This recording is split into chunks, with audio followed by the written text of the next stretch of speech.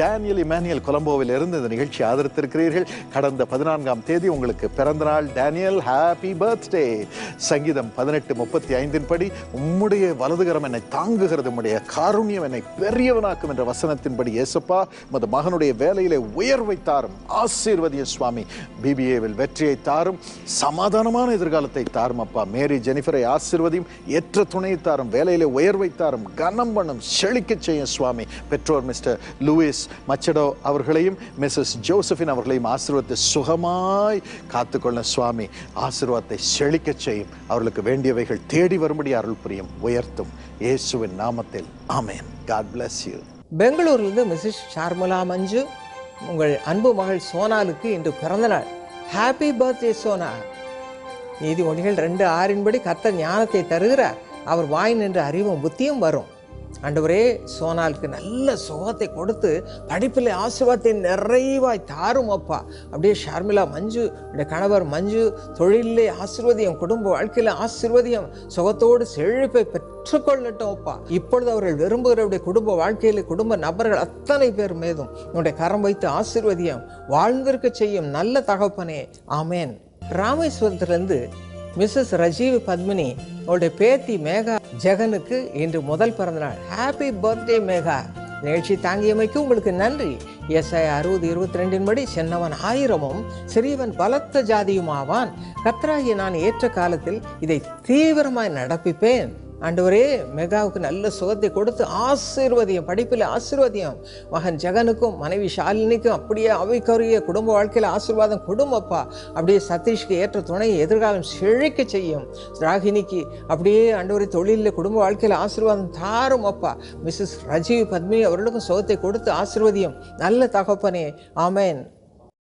கனவுகள். புது வருடத்தில் 2014 நாங்கள் ஒரு பெரிய வீடு கட்டி ஆலயத்துக்கு பக்கத்தில் குடி போகணுன்னு எங்களுக்கு ரொம்ப ஆசை. இந்த புதிய ஆண்டில் எந்த ஒரு அரியர்ஸும் இல்லாமல் டிகிரி முடிச்சு தான் வெளியே வர வேணும், இதுதான் என்னுடைய ஆசை. எதிர்பார்ப்புகள். லாஸ்ட் இயர் லெவல்லையும் நான் செஞ்ச தொழிலையும் வேலையிலையும் நிறைய நஷ்டம் ஏற்பட்டுச்சு. இந்த புது வருஷத்தில் 2014 நல்லபடியாக எல்லாமே அமையன்றதை நான் எதிர்பார்க்குறேன். நிறைவேறுமா? நம்மக்கிட்ட எவ்வளோ தான் முயற்சி திறமை இருந்தாலும் அதுக்கெல்லாம் ஆண்டவரோட கிருபையும் ஆசீர்வாதமும் தேவை. என்னதான் உலக ஃப்ரெண்ட்ஸ்கிட்டயோ இல்லை நண்பர்கள்கிட்டயோ இல்லை சொந்த பந்தங்களை நம்புறதை விட ஆண்டவரை நம்பும்போது ஆண்டவர் பெரிய காரியங்களை செய்வார். ஆம், கனவுகளும் எதிர்பார்ப்புகளும் நிறைவேற நம்முடைய முயற்சிகள் மட்டுமல்லாமல் எல்லாம் வல்ல இறைவனின் ஆசீர்வாதமும் வழி நடத்துதலும் நிச்சயம் தேவை. இந்த இறைவனின் ஆசீர்வாதத்தை பெற்றுக்கொள்ள ஜனவரி 1, 2014 அன்று சென்னையில் டாக்டர் பால் தினகரன் அவர்கள் புத்தாண்டு ஆசீர்வாத கூட்டத்தை ஏற்பாடு செய்திருந்தார்.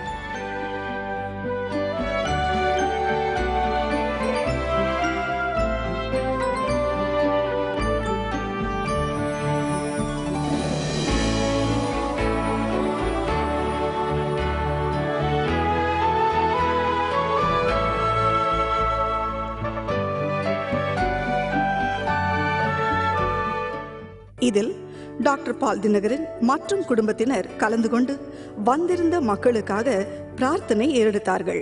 Till now you may have had to go through much travail, sorrow and pain.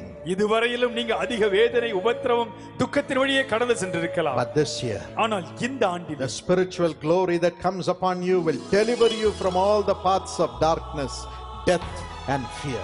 உங்கள் மீது இறங்கி வருகிற ஆவிக்குரிய மகிமையானது இருளை அகற்றும், மரண பயத்தை அகற்றும், எல்லா தோல்விகளையும் அகற்றும். அதைத் தொடர்ந்து டாக்டர் பால் தினகரன் அவர்கள் மூலம் 2014 நமக்கும் உலகிற்கும் நடைபெற போகிற காரியங்களை தீர்க்க தரிசனமாக இறைவன் இயேசு வெளிப்படுத்தினார். 2014 வருடம் எப்படி இருக்க போகிறது? How is going to be 2014? அதற்கு முன்பு கடந்த நாட்களில் இறைவன் இயேசு டாக்டர் பால் தினகரன் அவர்கள் மூலம் வெளிப்படுத்திய தீர்க்க தரிசனங்களை அப்படியே நிறைவேற்றி வருகிறார். இதோ சிலவற்றை உங்கள் விசுவாசத்திற்காக தொகுத்து வழங்குகின்றோம். What is going to happen in the world? உலகத்தில் சம்பவிக்க போகிறது என்ன? The seas shall roll this year to change the geographical patterns in the world. உலகத்தில் பூகோள அமைப்பின் மாதிரியையே மாற்றியமைக்கும்படியாக சமுத்திரங்கள் உருண்டு புரளுவதை காண்பீர்கள். 2011 மார்ச் 11ஆம் தேதி ஜப்பானில் 8.9 அளவு மாபெரும் பூகம்பம். அதன் விளைவு பசிபிக் பெருங்கடலில் ஆழத்தில் எழுந்த ஆழிப்பேரலை ஜப்பான் தேசத்தையே புரட்டி போட்டு குலைநடுங்கச் செய்தது. இதனால் ஜப்பான் வரைபடத்தில் மாற்றம், புவியச்சில் மாற்றங்கள். இதை குறித்து அமெரிக்க தேசத்தின் நாசா சர்வதேச விண்வெளி ஆராய்ச்சி மைய விஞ்ஞானிகளில் ஒருவரான ரிச்சர்ட் கிராஸ் இவ்வாறு கூறியுள்ளார். ஜப்பானை தாக்கிய பூகம்பம் மிகவும் வலிமையானது. அதனால் புவி சுழற்சி வேகம் குறைந்து ஒரு நாள் அளவில் 1.8 மைக்ரோ வினாடிகள் குறைந்துள்ளது. இந்நில அதிர்வின் ஆரம்ப செய்திகளின்படி ஜப்பானின் முக்கிய தீவு ஒன்று 8 அடிகள் நகர்ந்து புவி தோற்றாச்சு 17 சென்டிமீட்டர் அளவிற்கு நகர்ந்து தாங்கி நிற்கிறது. The seas shall roll this year to change the geographical patterns in the world. உலகத்தில் பூகோள அமைப்பின் மாதிரியையே மாற்றியமைக்கும்படியாக சமுத்திரங்கள் உருண்டு புரளுவதை காண்பீர்கள். In 2012, darkness is going to come upon the earth. 2012ஆம் ஆண்டிலே பூமியை இருள் மூடும். And deep darkness is going to come upon the people of the earth. பூமியில் இருக்கிற ஜனங்கள் மீது காரிருள் மூடும். ஆனாலும் the Lord shall rise upon his people. கர்த்தர் தம்முடைய ஜனங்கள் மீது நிச்சயமாகவே உதிப்பார். And the glory of the Lord shall come upon you. அவருடைய மகிமை உங்கள் மேல் காணப்படும். ஆம், 2012ஆம் ஆண்டில் டாக்டர் பால் தினகரன் அவர்களுக்கு இறைவன் வெளிப்படுத்திய தீர்க்கதரிசன வார்த்தையின்படி உலகின் மிக பெரும்பாலான இடங்களில் இதுவரை இல்லாத அளவு ஏற்பட்ட பல்வேறு இயற்கை சீற்றங்களால் மக்கள் பெரும் அவதிக்குள்ளாயினர். இந்தியாவின் வடகிழக்கில் வங்காள விரிகுடாவில் ஏற்பட்ட தானே என்ற கோர தாண்டவ புயலால் வருடத்தின் தொடக்கத்திலே தமிழகத்தின் கடலூர் மற்றும் அதை சுற்றியுள்ள பகுதிகள், பாண்டிச்சேரி போன்ற இடங்கள் முற்றிலும் சேதமடைந்து மக்கள் உண்ண உணவு, குடிநீர், இருப்பிடம், உடைமைகள், மின்சார வசதி போன்ற அனைத்தும் இழந்து இருளில் சிக்கி தவித்தனர். விழுந்துட்டு இருட்டில் தான் இருந்துகிட்டு இருக்கோம். புயலால் கரண்ட் இல்லை, தண்ணி இல்லை, உணவு கிடைக்கல, எல்லாமே பற்றாக்குறையாக தான் இருக்குது. அதைத் தொடர்ந்து மார்ச் மாதத்தில் ஐரோப்பாவின் பல்வேறு பகுதியில் இதுவரை இல்லாத அளவு திடீரென்று பனிப்பொழிவுடன் சூறாவளி காற்று வீசியது. நாட்டின் கடைகள், பொது இடங்கள், போக்குவரத்து அனைத்தும் முடங்கியது. இவை அனைத்திற்கும் மேல் உலகின் வல்லரசு நாடான அமெரிக்காவில் ஏற்பட்ட சாண்டி என்னும் கொடூர புயலால் அமெரிக்கா மாகாணத்தின் பெரும்பாலான பகுதிகள் நீருக்குள் மூழ்கியது. மின்சாரம் முற்றிலும் துண்டிக்கப்பட்டது. மக்கள் யாவரும் இருளில் சிக்கி தவித்தனர். So many in lower Manhattan, people who are cut off not just from power, lights, but also from information. இந்தியாவை பொறுத்த வரைக்கும் 2013ஆம் வருடத்திலே தேசத்தின் தலைவர்கள் மத்தியில் ஒரு மனதின் ஆவியை ஆண்டவர் கட்டளையிடப் போகிறார். அரசியல் கட்சிகளிலும் ஒருவரோடு ஒருவர் கூடி பேசி தீர்வை கொண்டு வரும்படியாக ஆண்டவர் செய்வார். அவர்கள் கூடி தேச நலனுக்காக செயல்படவில்லை என்றால் அவர்களுக்கு வாழ்வு இல்லை என்று உணரும்படியான சூழ்நிலையை ஆண்டவர் உருவாக்குவார். லோக்சபாவில் லோக்பால் மசோதா நிறைவேறியது.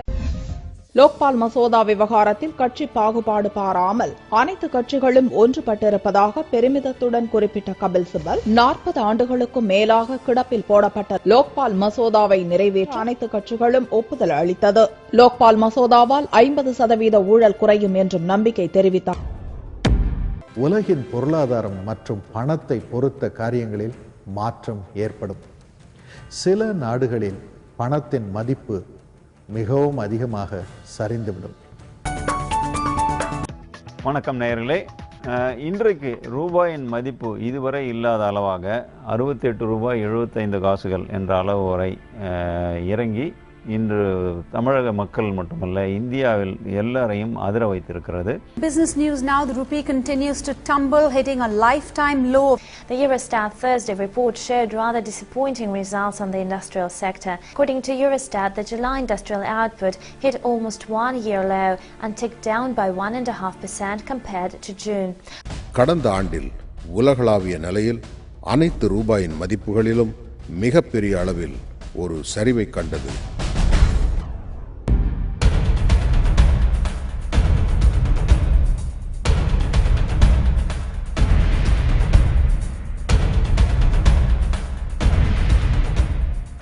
அன்பான நேயர்களே, இறைவன் இயேசு தன் தாசர் மூலம் வெளிப்படுத்தியதை இதுவரை அவ்வாறே நிறைவேற்றியும் வருகிறார். இறைவன் இயேசுவுக்கே எல்லா துதியும் புகழும் மகிமையும் உண்டாவதாக.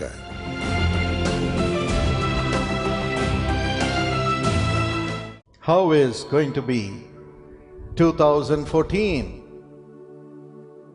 2014 ஆண்டு எப்படி இருக்க போகின்றது? What is God's plan for 2014? 2014 ஆண்டிற்கான தேவனுடைய திட்டம் என்ன? The year of 2014 is going to be a year of spiritual glory coming upon the earth. 2014 ஆண்டு பூமியிலே ஆவிக்குரிய மகிமை இறங்கி வருகிற ஆண்டாய் இருக்கும்.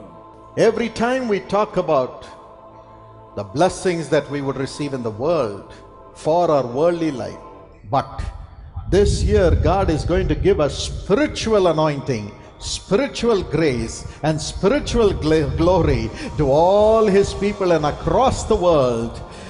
Through that, God's blessings will come upon our personal lives also. உலகமெங்கிலும் இருக்கக்கூடிய ஜனங்கள் மீது இந்த ஆண்டிலே ஆவிக்குரிய கிருபையை, ஆவிக்குரிய மகிமையை, ஆவிக்குரிய அபிஷேகத்தை தேவன் கட்டளையிடப் போகிறார். அதன் மூலமாக தனிப்பட்ட வாழ்க்கையிலும் ஒரு மகிமையான ஆண்டாக இந்த ஆண்டு இருக்கும். This year we are going to see three things. இந்த ஆண்டிலே 3 காரியங்களை பார்க்க இருக்கின்றோம். One, God's glory will come upon the earth.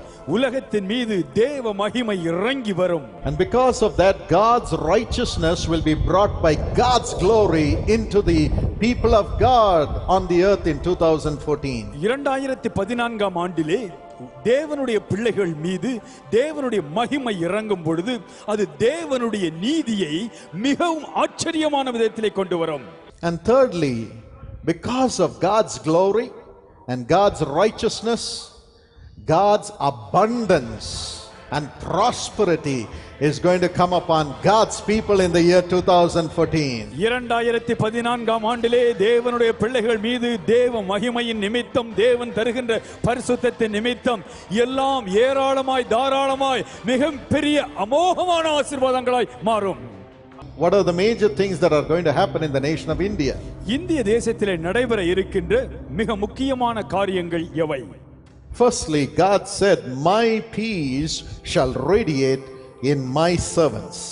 என்னுடைய ஊழியக்காரர்கள் மத்தியிலே என்னுடைய சமாதானம் பிரகாசிக்கும். And the long standing petitions and prayers of my servants and my children will be answered by me this year. இந்த ஆண்டிலே என்னுடைய பிள்ளைகளும் என்னுடைய ஊழியக்காரர்களும் நீண்ட காலமாக ஏறெடுக்கும் வேண்டுதல்களுக்கு பதில் கொடுக்கப்படும்.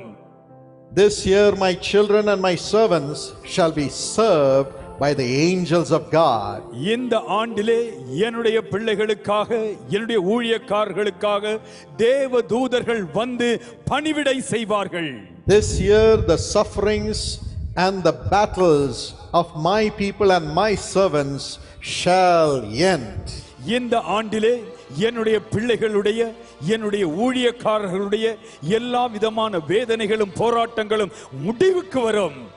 Everything shall be perfected in the lives and ministry of my people and my servants.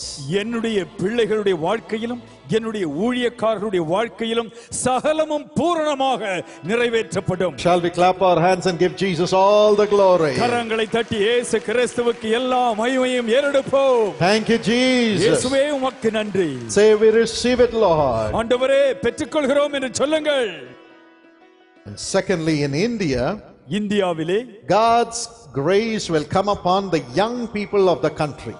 இந்திய தேசத்தின் வாலிபர்கள் மீது தேவ கிருபை இறங்கி வரப்போகிறது. God will make the young people of India discern many things concerning the problems in the country and in the society.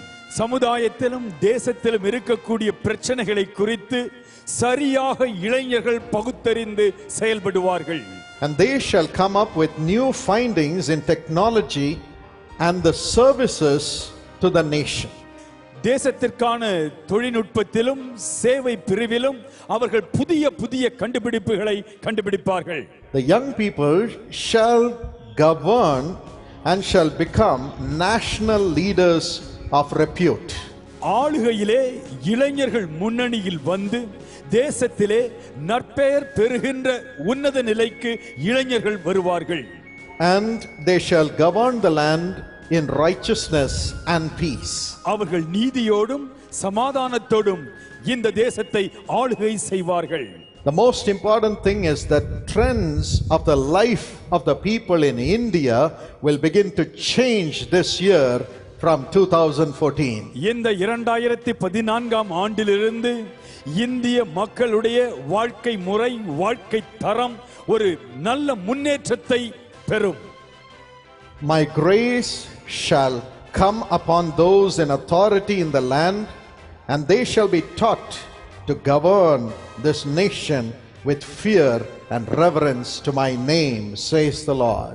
இந்திய தேசத்திலே அதிகாரத்தில் இருக்கிறவர்கள் மீது என்னுடைய கிருபை இறங்கி வந்து அவர்கள் தேசத்தை நீதியாய், சமாதானமாய், நன்மையாய் ஆளுகை செய்யும்படியாய் செய்வேன் என்று ஆண்டவர் சொல்லுகிறார். This is about India. இந்திய தேசத்தை குறித்த தீர்க்க தரிசனம் இது.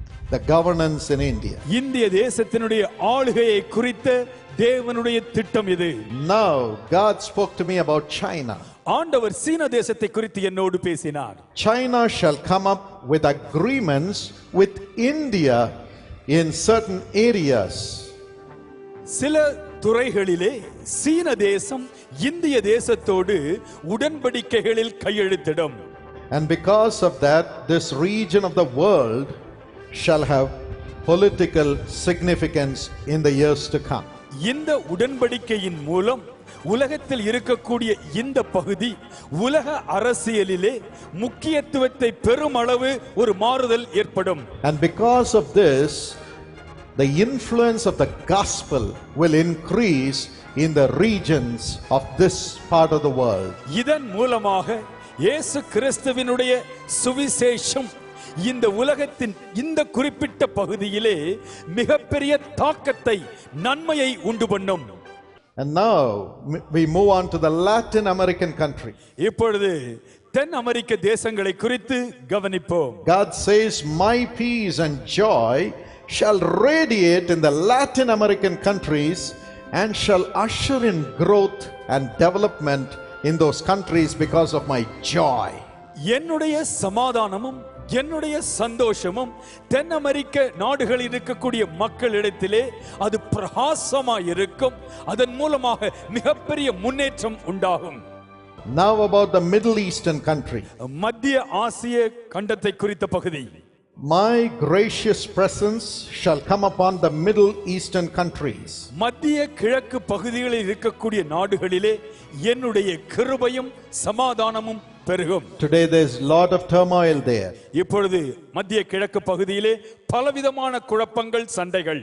But God's gracious presence is going to come upon the Middle Eastern countries. ஆனால் தேவனுடைய கிருபையின் சமாதானமோ இந்த ஆண்டிலே மத்திய கிழக்கு நாடுகளிலே நிற்கும். And the Lord told me that many people there speaking different languages will begin to see Jesus Christ face to face.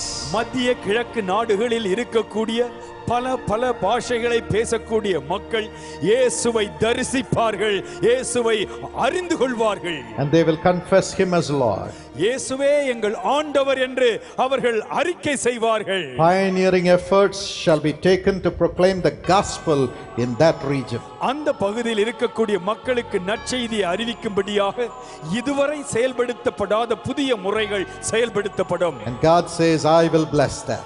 ஆண்டவர் சொல்லுகிறார், அந்த புதிய முறைகள் எல்லாவற்றையும் நானே ஆசீர்வதிப்பேன். And then the South African country. அதன் பிறகு தென் ஆப்பிரிக்க நாடுகள். My peace shall radiate the South African country, says the Lord. ஆண்டவர் சொல்லுகிறார், என்னுடைய சமாதானம் தென் ஆப்பிரிக்க நாடுகளிலே அது பிரகாசமாய் பிரதிபலிக்கும். They shall experience my glory. அவர்கள் என்னுடைய மகிமையை அனுபவிப்பார்கள். And they shall gather to become nations of repute for the gospel to spread amongst the South African country. தென் ஆப்பிரிக்க நாடுகளிலே இயேசுவின் சுவிசேஷம் பரவும்படியாக அவர்கள் ஒன்றாக கூடி நல்லிணக்கத்தை உருவாக்கி ஒரு மிகப்பெரிய முன்னேற்றத்துக்கு வழிவகுப்பார்கள். What is God's plan for the world? உலகத்திற்கான தேவனுடைய திட்டம் என்ன? Engineering advances shall take place in technology and science. விஞ்ஞானத்திலும் தொழில்நுட்பத்திலும் இந்த ஆண்டிலே ஒரு புதிய முன்னேற்றம் குறிப்பாக பொறியியல் துறையிலே நடைபெறும். And that will usher in solutions for life in the areas of fuel, transportation and medicine.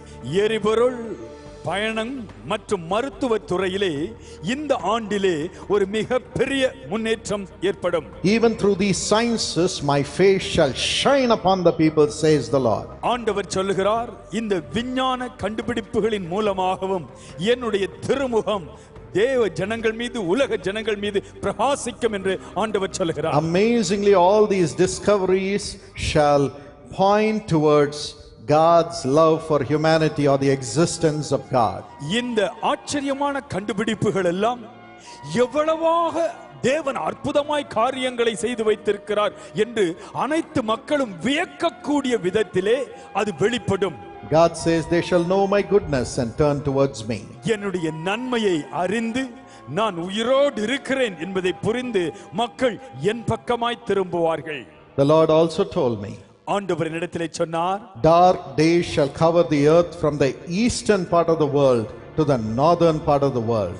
கிழக்கு பகுதியில் இருக்கக்கூடிய தேசங்களிலிருந்து வடக்கு பகுதியில் இருக்கக்கூடிய தேசங்களுக்கு காரிருள் செல்லும் என்று ஆண்டவர் சொன்னார். There will be radicalism and hate among nations and the people in those regions. அந்த பகுதியிலே ஜனங்கள் பகைக்கிற, வெறுக்கிற ஒரு முரட்டாட்டமான குணமுடைய மக்கள் தோன்றுவார்கள். Children shall be taught to hate people. சிறு பிள்ளைகளுக்கு மற்றவர்களை நீ பகைக்க வேண்டும் என்று சிறு வயதிலிருந்தே போதிக்கப்படும். You will see this happening and this will be reported in the news. Children will be taught to hate people. மற்ற மனிதர்களை பகைக்கும்படியாக சிறு பிள்ளைகளுக்கு கட்டாயமாக போதனை திணிக்கப்படுகிறது என்பதை செய்தி பத்திரிகையிலே வெளிவரும் பொழுது நீங்கள் அதை காண்பீர்கள். But even so, my light shall shine upon the chosen few, and they shall protect my people in those regions and nations. காரிருள் வருவது எவ்வளவு நிச்சயமோ அதை விட என்னுடைய அருள் பிரகாசம் அதே பகுதியிலே வந்து அங்கே என்னால் தெரிந்தெடுக்கப்பட்ட மக்கள் மூலமாக அங்கே மற்றவர்களுக்கு பாதுகாப்பு வரும்படியாகவும் நான் செயல்படுவேன். The Lord also spoke to me about the monetary situation in the world. உலகத்தினுடைய பொருளாதாரத்தை குறித்து ஆண்டவர் என்னோடு கூட பேசினார். There will be move towards monetary unity. உலக பொருளாதாரத்திலே ஒரு ஐக்கியத்தை உருவாக்க செயல்பாடு திட்டங்களை உருவாக்க முயற்சிகள் எடுக்கப்படும். And there will be unified efforts to build the trade of the world. உலகத்தினுடைய ஒட்டுமொத்த வர்த்தகத்தை ஒன்றாக செயல்படுத்த கூட்டு முயற்சி எடுக்கப்படும். And there will be cooperation and peace to revive the world economy, to usher in the provisions for the development of humanity. சரிந்து கொண்டிருக்கின்ற உலக பொருளாதாரத்தை சீர்படுத்தி முன்னேற்ற ஒரு கூட்டு முயற்சி எடுக்கப்படும். And the same thing will happen amongst the ministries of the gospel. அதே போல சுவிசேஷ ஊழியங்கள் மத்தியிலும் அப்படியே நடக்கும். Unity shall come amongst the ministries of the gospel all across the world, and they shall begin to usher in the Holy Spirit to bring salvation to all people. உலகமெங்கிலும் இருக்கிற ஊழியங்களின் மத்தியிலே நல்லதொரு ஐக்கியமும் கூட்டு முயற்சியும் உருவாகும். அதன் மூலமாக பரிசுத்த ஆவியானவர் இறங்கி வந்து எண்ணற்ற கோடிக்கணக்கான மக்கள் ரட்சிக்கப்பட ஏது உண்டாகும். Door shall open through the cooperation of the world ministries, and they shall implement strategic plans for economic development and projects in the nations, which will open the doors of the nations for the preaching of the gospel. உலகமெங்கிலும் இருக்கக்கூடிய ஊழிய துறைகளிலே ஒரு ஒற்றுமை உருவாக்கப்பட்டு அவர்கள் ஆக்கப்பூர்வமான செயல் திட்டங்களை செய்வதிலே ஆவிக்குரிய காரியம் மட்டுமல்ல, பொருளாதார மற்றும் மனித நல முன்னேற்றத்திற்கான திட்டங்களை எந்த இடம் எந்த தேசங்கள் சுவிசேஷத்திற்காக கதவுகளை திறக்கிறதோ அந்த இடங்களில் செயல்படுத்துவார்கள். In every part of the world and in every country, mark my word, every country, God says, my glorious gospel shall descend as pockets and shall penetrate through the darkness in that country from this year. இந்த ஆண்டிலிருந்து உலகத்தினுடைய எல்லா பகுதிகளிலும் ஒரு குறிப்பிட்ட பகுதியிலே என்னுடைய மகிமையான சுவிசேஷம் இறங்கி வந்து அங்க இருக்கக்கூடிய காரிருள் மத்தியிலே பேரொளியாக அது பாய்ந்து செல்லும் என்று ஆண்டவர் சொல்கிறார். And from there it will penetrate and expand across each nation. அந்த இடத்திலிருந்து புறப்பட்டு அந்த தேசத்தின் எல்லா இடங்களிலும் மூலை முடுக்குகளுக்கும் அது பரவி செல்லும். Finally, இறுதியாக God said, ஆண்டவர் சொல்கிறார், for all this my righteousness shall be required from every ministry. ஒவ்வொரு ஊழியத்திலும் என்னுடைய பரிசுத்தம் காணப்பட வேண்டும். அதுவே என்னுடைய இந்த தீர்க்க தரிசன திட்டங்களை நிறைவேற்றுவதற்கு அவசியமாயிருக்கும். My righteousness shall be demanded by me from every servant of God in every nation. ஒவ்வொரு தேசத்திலும் இருக்கக்கூடிய ஒவ்வொரு ஊழியனும் என்னுடைய பரிசுத்தத்தின்படி வாழ வேண்டும் என்பது என்னுடைய எதிர்பார்ப்பாய் இருக்கிறது. Then I will be able to usher in my glory across the nations, redeem humanity as well as to redeem the nation. அப்பொழுது என்னுடைய மகிமையானது இறங்கி வந்து மனுக்குலத்தை மீட்டெடுத்து என்னுடைய வருகைக்கென்று அவர்களை ஆயத்தப்படுத்துவேன். This is God's plan for 2014. இதுதான் 2014ஆம் ஆண்டுக்கான நம்முடைய தேவனுடைய திட்டமாயிருக்கிறது. Shall we clap our hands and give Jesus all the glory? கரங்களை தட்டி ஒரே மெய் தெய்வமாகிய இயேசு கிறிஸ்துவுக்கு நன்றி செலுத்துவோம், மகிமை செலுத்துவோம். என் அன்பு சகோதர சகோதரிகளே, இந்த வருடத்திலே ஆண்டவர் வாக்குத்தத்தம் பண்ணினது எல்லாம் நிறைவேற்றப் போகிறார். உங்களை அதன் நிமித்தம் சந்தோஷப்படுத்துவார். சந்தோஷமாக அவருடைய வாக்குத்தத்தத்தின்படி ஒவ்வொரு ஆசீர்வாதத்தையும் சுதந்திரிக்கப் போகிறீர்கள்.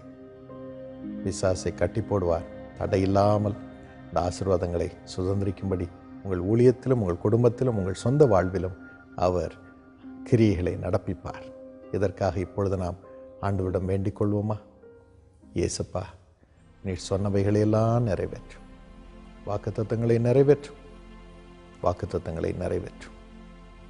ஆண்டவனே, நீர் சொல்லியிருக்கிறீர், நான் உங்களுக்கு தரிசனங்களை கொடுக்கும் பொழுது அதை எழுதுங்கள், எழுதி அதற்காக காத்திருங்கள் என்று.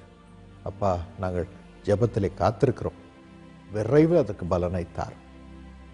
ஆபகுக் 2:2-3 அப்படி சொன்னீர்.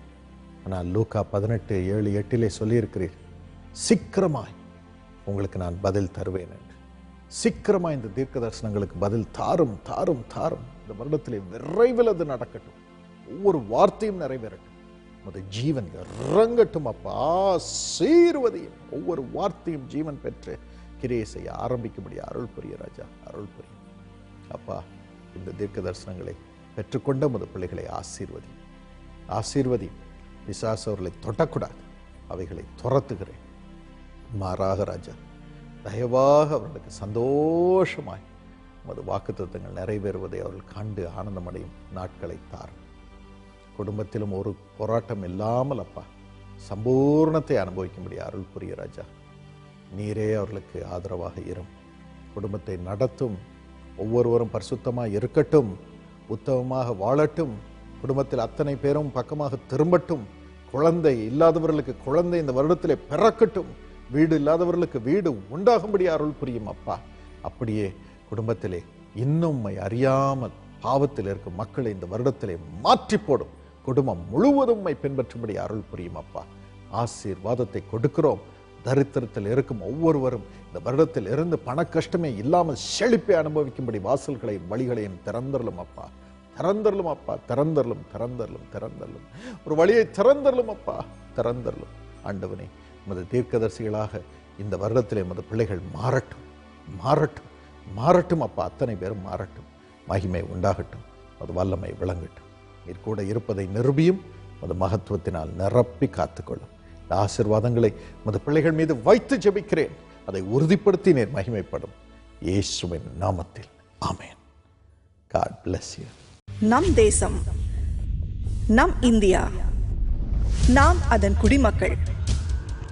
ஆம், நாம் இந்திய தேசத்தின் நன்மைக்காகவும் முன்னேற்றத்திற்காகவும் ஏற்ற தலைவர்களை தேவன் ஏற்படுத்தி தர நம் அன்பு சகோதரர் டாக்டர் பால் தினகரன் தெய்வ ஊழியர்கள் மற்றும் பல்லாயிரக்கணக்கான மக்களோடு இணைந்து நடத்தும் ஓர் சிறப்பு 72 மணி நேர தொடர் உபவாச பிரார்த்தனை.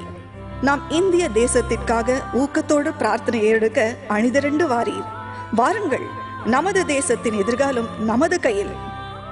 இக்கூட்டம் நடைபெறும் நாள் வருகிற ஜனவரி மாதம் 29ஆம் தேதி மாலை 6 மணி முதல் பிப்ரவரி மாதம் 1ஆம் தேதி மாலை 6 மணி வரை டாக்டர் டிஜிஎஸ் தினகரன் சாலையில் அமைந்துள்ள டாக்டர் டிஜிஎஸ் தினகரன் நினைவு ஜெபகோபுரத்திலும், அதைத் தொடர்ந்து பொதுக்கூட்டம் பிப்ரவரி 1ஆம் தேதி மாலை 6 மணிக்கு பச்சையப்பன் கல்லூரி எதிரே அமைந்துள்ள செயின்ட் ஜார்ஜ் பள்ளி மைதானத்திலும் நடைபெறும்.